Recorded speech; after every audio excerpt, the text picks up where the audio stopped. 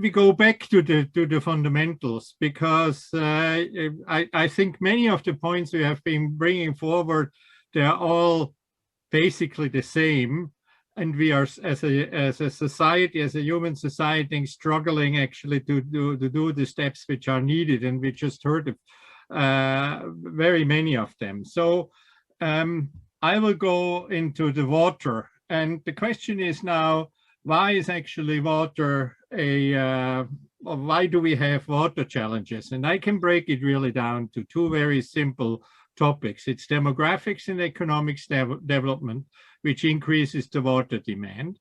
And it's normal. We have heard that all. We have more people, they need more resources, and so, and the economic development by having better food, shifting from plant to meat, you start to use also more water. So demographics and economic developments are actually increasing the water demand.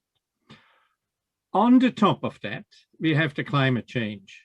And now with water, the interesting thing is that actually climate change is the primary effect we feel is actually in the water cycle, because it does, climate change does affect the global, regional, and local water cycles, and makes precipitation more variable and extreme. We go from floods to droughts to not enough water.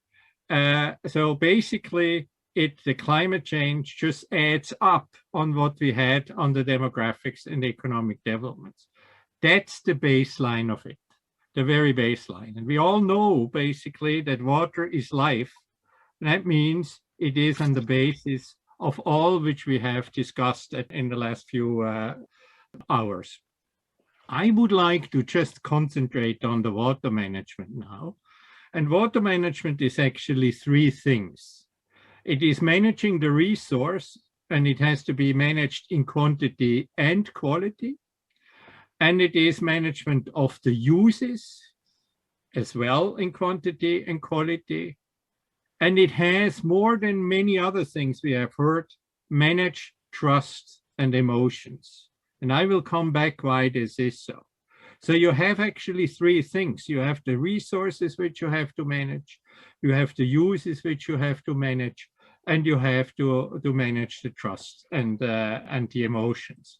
And just let you show as a picture of what that means when you have to manage the resources. Here you have the example of the Kaju Bridge in Isfahan. And on the left side, you have when the river is actually full of water. That was before excessive damming started into the catchment area. Very nice. People are sitting out there on the steps, looking out the water runs down. After excessive damming, everything was dried out, and you see there is no water and no people, or just a few are going there. So this is, if you manage the resource wrongly, then you get these kind of things. And this, you understand now why I say emotion, because that touches you emotionally. You can do all the explanations you want to, but this is an emotional aspect. If you have to manage basically the uses, you can do it in different ways. I just have here a graphic which you see is that in different countries, the resources are used for different things. And I have put here for the water withdrawal. That means the water you take out the river from the lakes or from the groundwater. And you see that actually agriculture is the highest consumer of this water, and it really consumes it. All the others, industry and municipal areas, they actually only polluting it and bringing it back into nature. But basically, agriculture is just using it because plants are taking water up, it goes in the atmosphere, it's not there anymore. And you have different approaches of managing these things. And I have just taken two examples. You have the management of Northern California, which is actually very much exposed to water issues. If you look at what Northern California actually does, it's splitting almost half the water for nature it keeps it in nature, it keeps it in the ecosystem, and it only uses about half of it for either the big bulk is agriculture and for urban use. So there is one way of doing it. And you have then the BC way of doing it. I took specifically the Okanagan area because that's a highly agriculture area, produces, by the way, very good wine. But you see where the water is going there. It goes 55% to agriculture, residential outdoor activity, goes to golf courses, it goes to the residential indoor. And at the end of the day, the parks and the open space is only 2% of it. This is all the water which is taken out. So that's, for example, something like a young economy, and this is an older economics. They have been learning how to do it. So there are ways you can actually do a good management of the uses. And then we come to the more emotional aspects. You know, we all know having water flowing out of the tap and you can drink the water and it's healthy to drink. This is great. If there is almost no water coming out and the water is polluted, this is bad news. Lakes or water reservoirs, you can dry them out, or you can have these things which actually we all like very much, or you have the flooding. Water can be fun and make people happy, but if there is no water, we have the death which comes. So it's immediate. It's you have water, you live. You don't have water, that's the death which comes. And that's why almost all religions in the world have water as a central element, because humanity has learned early on that if you don't have water, you will not survive, not as a society, but also not as an individual. And treating water right and dealing water right has been an inherent part of all or almost all the religions around the world. Now, if you have these emotions, I said you have also to manage the trust. And if you're not managing the trust, we get what we have here. So if you lack the trust, that actually leads to conflicts. And the main triggers of the conflicts are upstream, downstream. That's kind of the classical one. Water as a public good, water as a private good, drinking water against industry water, water for cities, water for agriculture, or equality, specifically also equality of access to water. And so you see here how all the water conflicts have increased in the last 80 years. It went up. And if you look around the world, the water conflicts are the main one we know here is in Egypt. It's in Iraq with Turkey and Syria, but also it's in the Mekong area here. It's here in Central Asia, and it's in Pakistan. But we also have water issues in the Balkan, big ones. We have them all along the Colorado River and also on the Rio Grande. This is all open, actually, water conflicts. And it only functions here because there is still enough water, so it has been all allocated. But also there at the border between Canada and the United States, we have very big water issues. So water issues and conflicts are around the world, and it's always there when you have one of these main triggers coming into the play. Now, just a small look back in history. If we look where actually human civilization and society have risen, it's basically around water.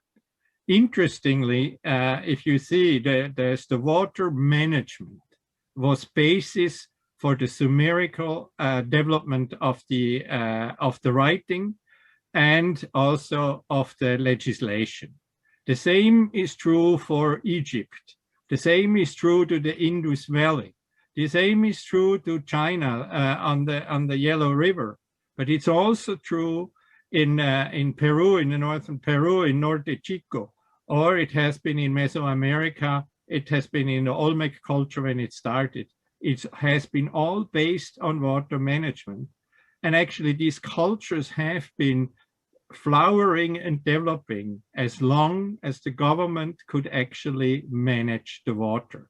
The moment they lost this ability, it actually disappeared, the culture disappeared. So our human society is really based on the way the government and the people involved are managing the water. And it has to be an efficient and it has to be an inclusive water management. And so basically what we have been talking about is absolutely nothing new. It's always the same thing. It is now more global than it has before. Before it has been probably a little bit more regional, but it's still the same thing. And interestingly, The Economist has done once a study is of how can you actually, what is working for or against resilient water management? And they came out with this graphic. So you have the risk here from low to high, you have the likelihood that it occurs, and you have different points. So the red ones are inadequate governance, enhanced by global change, or essentially water resource issues. 1 point is essentially water. Most of the point is inadequate governance. So that means that the water issues we have are based primarily that we are not able to manage it right. So we have learned as human society now almost over 10,000 years to do it, but we forget it. The good thing in the past was we had a god who actually controlled the water. And the king was representing the god, and that was an easy thing to do. If people didn't want to follow, it was the law of God. Now we have to discuss that and figure it out. And I think since we have actually evolved into freely thinking people, we have to get a hand on that we are able to actually run the water in the future. I have just put together what the points which have been talked about and the potential stumbling blocks, basically. So we have been talking about institutional resistance, the bureaucracy. The resource and the use have to be managed slightly differently because resources are mostly multi-regional, even multinational. Uses are perhaps regional, but more local. But we have always to have strict, clear responsibilities and no mismanagement. We have to align the social, financial, ecological, and political interests. We have talked about it. We have talked about the lack of talents. As long as we are not able to actually approach the problems, I have heard that from Hillary, I have heard that from Andrew, I have heard that from everybody else. We don't have the talent. But as long as we are not able to do a step in that direction, the young people will not choose that. They will go somewhere else. Finances, we just heard it from Andrew, finances is not an issue. And it's also not an issue when it comes down to survival. And water is directly linked to our survival. So in that respect, finances shouldn't be a problem whatsoever. But there is little political incentive. It's high cost. Specifically, we think what we have to put all the lines in the ground. We have to make all this construction. It's it's costly and so, but nobody can actually gain of it.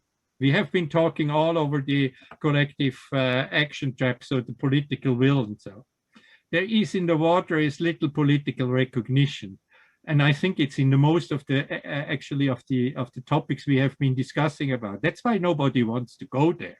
It costs a lot of money, but within your 4 years where you are elected, you will not get any recognition whatsoever, except for dams. There, the politicians like to stand up there and opening them. And then also in the use, a huge invisible infrastructure, all the pipelines in the ground. And it's more what we have in the ground than we have on the top of the ground.